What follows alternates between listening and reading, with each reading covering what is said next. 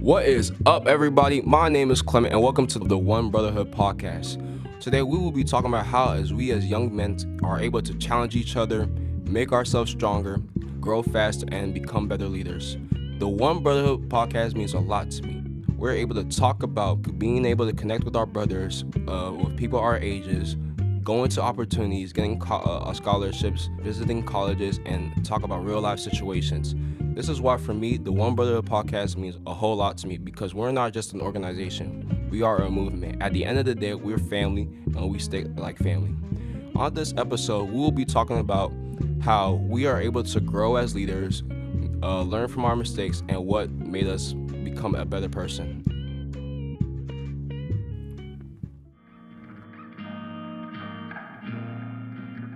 My name is Xander Thompson. I'm 14 years old, and I've been with the Brotherhood for about 2 to 3 years.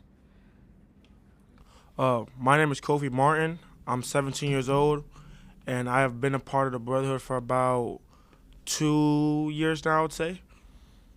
My name is Kyrie, and I'm 17. I've been with the Brotherhood about a year now. So today I wanted to just talk to y'all about football since, we're all football players. I know I've been playing football for basically my entire life. Y'all probably been playing football for a long time. I know me as a quarterback, being the leader of the team, sometimes I got to prep in different ways to get ready for a big game. I just wanted to know, how do y'all prep for big games and stuff so I can learn and stuff? The way I say I prep for my games are, first off, by watching film on Monday. They usually get posted Sunday night, but I usually watch Monday after practice, after the coaches have seen what they've seen already. And then I play D-line, and I also play O-line a little bit and a little bit of fullback. So basically I'm watching the whole game, but I'm mainly focusing on the other team's O-line and seeing how they play. Do they stand straight up? Are they physical? Are they soft? What are their pros and cons? What are they good at and what are they bad at? And I can try to see what moves I can do that I know that can beat them, How I usually prep is I play linebacker and D-line, and I usually stretch every night that same week. And I eat healthy. I always eat healthy too. So I'll eat a banana and drink some water always. That's always my go-to. And I usually during the game day. So game day, I usually play.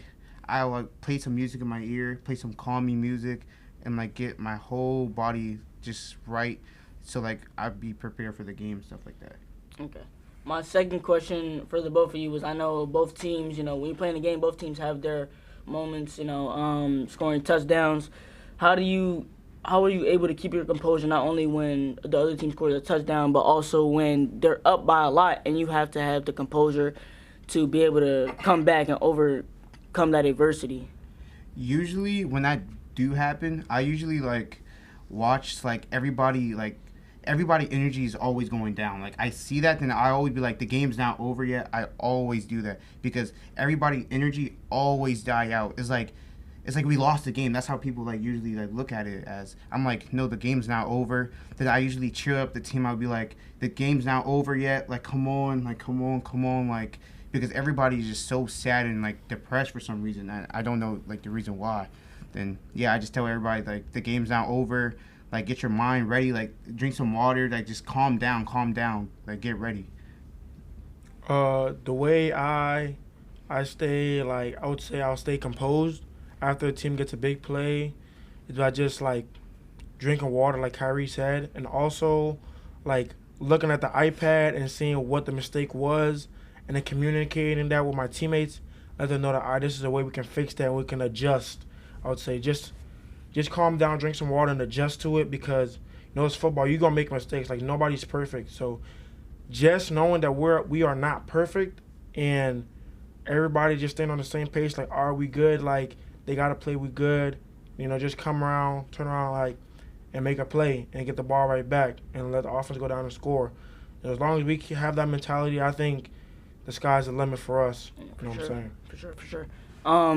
I know that both of you two are seniors. I know you've been playing football for about 10 years. So how was this playing football your senior year, this might be your last time playing organized football with like an actual team. So I just wanted to know how that feels for the both of you. The way that feels, like you said, I've been playing for like 10 years now, so I'm just taking it day by day because I've been playing it my whole life, and the plan isn't for this last season to just be my last season of football. I want to hopefully go on and play in college. You know what I'm saying? But I also take it day by day and just like embrace it, because this can be gone within a moment. An injury can ruin my whole senior year. You know what I'm saying? So just staying humble, keeping my head high. Always giving it my best forth. Not every day might not be the best day for me in practice, but I always like catch myself. I'm like, all right, this is my senior year. Like, this day is gone. So we're already halfway through the season already, just like that. So, I would say, taking it one day at a time and just not overthinking it. Usually me, I mean, this is my senior year. I played for 4 years now, 4 years. So like, I'm just getting ready. I mean, I'm not too good, not too bad either. So it's most likely my last year. I mean, I'm ready for senior night, but it's like kind of sad. It's really sad. It's really sad because like I always seen the seniors like go out and like look so sad and like they'll cry for senior night, but like now it's me. Now it's just like my time to do it. So it's like it's just so crazy. It's so wild. Like these 4 years was really fast. These 4 years went by so fast, and it's like so crazy. But I just pray every night, pray every day. Just hope everything goes good for me for my senior year. And yeah, that's how it goes. Or how do you get ready for prepare for your game? The way I get prepared for my game, I know me. I definitely, expect perfection from myself. So, for me not to, do bad in games because I expect that perfection and get nervous and all of that, I'll usually listen to, calming music. I'll visualize how I'll do in the game, just so I'm not nervous and all that. And then after I do all the calming stuff, of course I'll do my QB warm-up, stretch out, and get hyped with the team, just so like I'm ready to play a game of football, and I'm just playing the game that I love. I always remind myself that it's just me playing the game that I love. So that kind of helps take all the nervousness out. And sometimes I have low confidence, but I just remember the times where like I had low confidence, but I ended up overcoming that low confidence and just taking my team places. So that's some ways I prep for my games. That's good. That's good. How would you say it feels playing in a St. James environment, knowing that there's a lot of media there? There's also a lot of people in the stands. How do you stay calm and not get what's the word I'm looking for? Not get like overstimulated, I would say. Not get overstimulated just by the people around you. How do you stay calm within an arena like that? For me, I mean, like I said before, it's just me playing the game that I love. It's just me playing football. So, just me playing the game that I love is a lot of other stuff is going to come with it. Obviously, me playing for a popular school, a popular coach.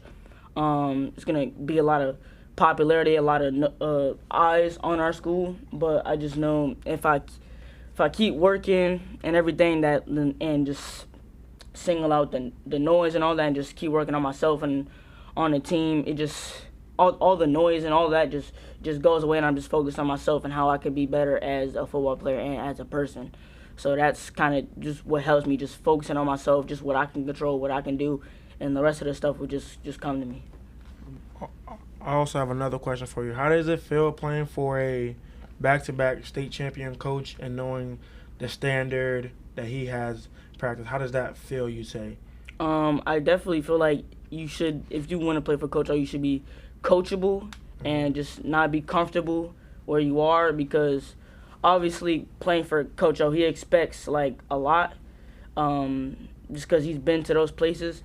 So if you do something bad, like you miss an assignment or you just show that you don't have the passion for football, he will get on you and he will yell at you. Honestly, I've been yelled at multiple times. I'm pretty sure everybody at the St. James have been yelled at least once by Coach O, and it's not a good feeling, but just to remember that, he's doing it because he wants you to get better. He believes in you, and I feel like it's just about the coach being coachable and also being able to get through adversity, because there's a lot of times where people have said stuff about me. I know teammates have had stuff said about them, and they lose their confidence. They play bad, and I feel like it's also just being able to overcome adversity, because there's a lot of good players over there. There's a lot of talent, so it's a certain level of expectation. So, and it's like hard for a person that has been around that before. So I feel like just being able to overcome adversity, like I said, just focus on what you can control, focus on yourself, keep your head down, keep working, and I feel like I said, everything will just go its way and come to you. All right. Have you ever switched your position, or you always been a QB? Before I was a wide receiver. I wanted to be a wide receiver, but the reason I switched to quarterback was I just felt like I wasn't getting like to my full potential at receiver. Like I feel like I was much more of a born like leader and being able to control the team. And also, I mean, in football, I never played a game as an actual receiver. Like my first football team, they wanted me as a quarterback because I came late, but they wanted me as a quarterback.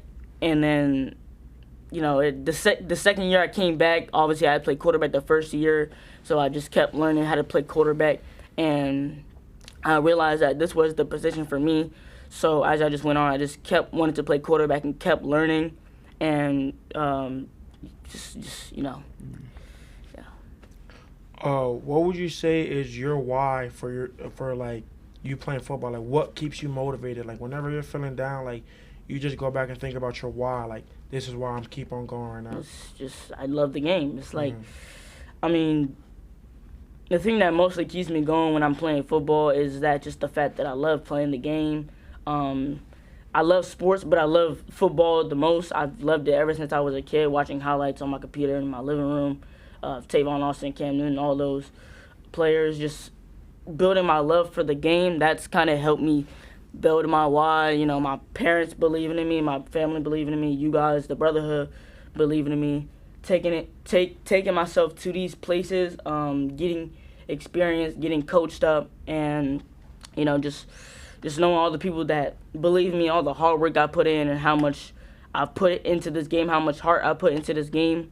That's kind of just my why. It's not just I'm not doing it for the money. I'm not doing it for the fame. I'm doing it because I love the game. Because I really do love playing this game of football. I loved it since I was a kid. So that's mostly what my why is. All right, you played football in middle school, right? Yeah. All right, so and now you're in a private school, right? Yeah. So how would you say is different going from a public school into a private school? How is it different? I feel like just the St. James overall is just different. Not just because it's everybody there is talented. It's a whole popular school, the big facility, the gym, restaurant, all of that. But also just the school environment. There's no teachers. You don't go from class to class. It's kind of like a homeschool environment. You go at your own pace. So that's kind of the biggest transformation I made from middle school, public school to a private school. Everything is at your own pace. And also not just that, but expectations, like I said, the time management, you really got to manage your time, especially if you're playing for Coach Overton. There's not a day in the week where you're not practicing or not trying to work. You'll probably 7 days a week, you'll probably work 6. You'll probably have a game on one of those days.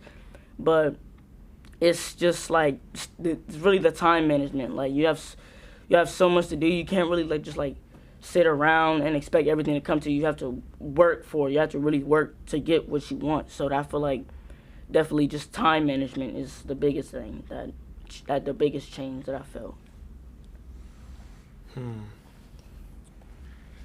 Next question I have is, what's your dream college you would like to go to one day? And also, what number do you wear, and what's the reason why you wear that number? So basically, I just gave you 2 questions. The college I want to go to, Clemson definitely was my first one, because that's the first ever college game I went to, and just the college environment overall is just so much. Because I've been to NFL games, I've been to college games. The college environment overall is just so crazy, and when I first went there, it was just so surreal for me to see how the atmosphere was over there. And of course, I like their colors. I like how the team was built. I like the fact that it was so close. It was warm weather, just all of that stuff. My second one is actually USC because they have a great media arts program, I've heard, and I've really been getting into photography, editing, all of that stuff recently, and also they have a pretty good football team, so that's one of the reasons I want to go there, and I can't figure out my third. But for the second question, I would say before it was 2 because I feel like that was my lucky number, but I haven't really made like a clear, concrete decision. My main ones are 4 and 12, but I haven't made a clear, concrete decision. Maybe if something happens in my life, it'll be like, 6 because this happened when I was 6, or like 18 because this happened when I was 18. But I don't really have like a reason to wear a number, so I honestly just wear it because of how it looks on me, how I feel with the number. So, my main ones are 4 and 12 right now. I don't have reasons to be wearing those numbers, but it's just how I feel, what I like. Really. Would you say could you see yourself playing football after you graduate or once you go to college? Definitely. I definitely could see myself playing football as I graduate. I've always been able to see myself playing football, always just in my front yard, just imagining the moments like scoring a game-winning touchdown or throwing a game-winning pass, celebrating with my teammates, all of that, going throughout the season, just always been able to imagine myself in those moments and in that place, that atmosphere. Of course, I've doubted, is this really for me? Am I really gonna make it? Am I fit for this? And most of that has been at the St. James because of all the talent, all the expectations, all the adversity. But even when I face that adversity and when I face that doubt and when I face that low confidence, I'll always in the back of my mind just be like, I know I can do this. I know I can make it because I've never been stopped before. So nothing's ever stopped me before. So, it's really just a matter of how I feel. I know I'm never gonna give up. So it's just I know I can make it to those places. Nah, I know we've been asking you a lot of questions. You got any more questions for us about how do we prep? Not how do we prep, but do you have any more questions for us about high school football?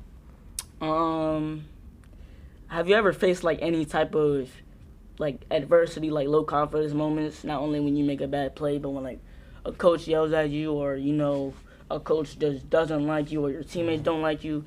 Have you ever faced those moments, and what did you do to overcome those moments? I definitely had low confident moments, because I was just always I joined late during the football season, so when I first joined, it was a little off because everybody already had a starting spot, and I didn't really have a starting spot because I just joined, and it was when I was just getting back into football, so it was kind of weird and stuff, and I just had it was just so bad. It was I don't know. Then I had to pick up myself. I had to go to the gym and get ready and watch film, and that's how I actually just got better and got all my confidence back into football. Like I said, you both are seniors preparing or going through your senior season. Last year, not only playing football, but last year, and the standardized school environment. You're going to college and all that. So how do you prepare for the senior night? Just all the craziness that's going to be going on, all the feelings that are going to happen. Just how you prepare for all of that. The way I would say I'm preparing for senior night is taking it one day at a time, I would say. And also getting who I'm going to walk with organized way ahead of time, because I don't want it to be the week of and I'm trying to figure out who I'm trying to walk with. So, but as of right now, I know who I'm walking with. It's most likely going to be me, my mom, my brother, my sister, my niece and nephew, and my brother-in-law. So it's a pretty big group as of right now. And yeah, just taking it one day at a time and knowing who I'm going to walk with. That's how I'm preparing for senior night. And how I'm preparing is I already got my mom into it. It's my mom, my brother, and my dad and my cousin. And we're going to walk, and that's how I'm preparing for it. Thank you for listening to the 1Brotherhood podcast and our conversation. Bye. Thank you. Thank you for tuning in. Thanks for tuning in. All right, guys, thank you for listening to the One Brotherhood podcast. And remember, stay strong, stay focused, and stay connected. Together, we are One Brotherhood.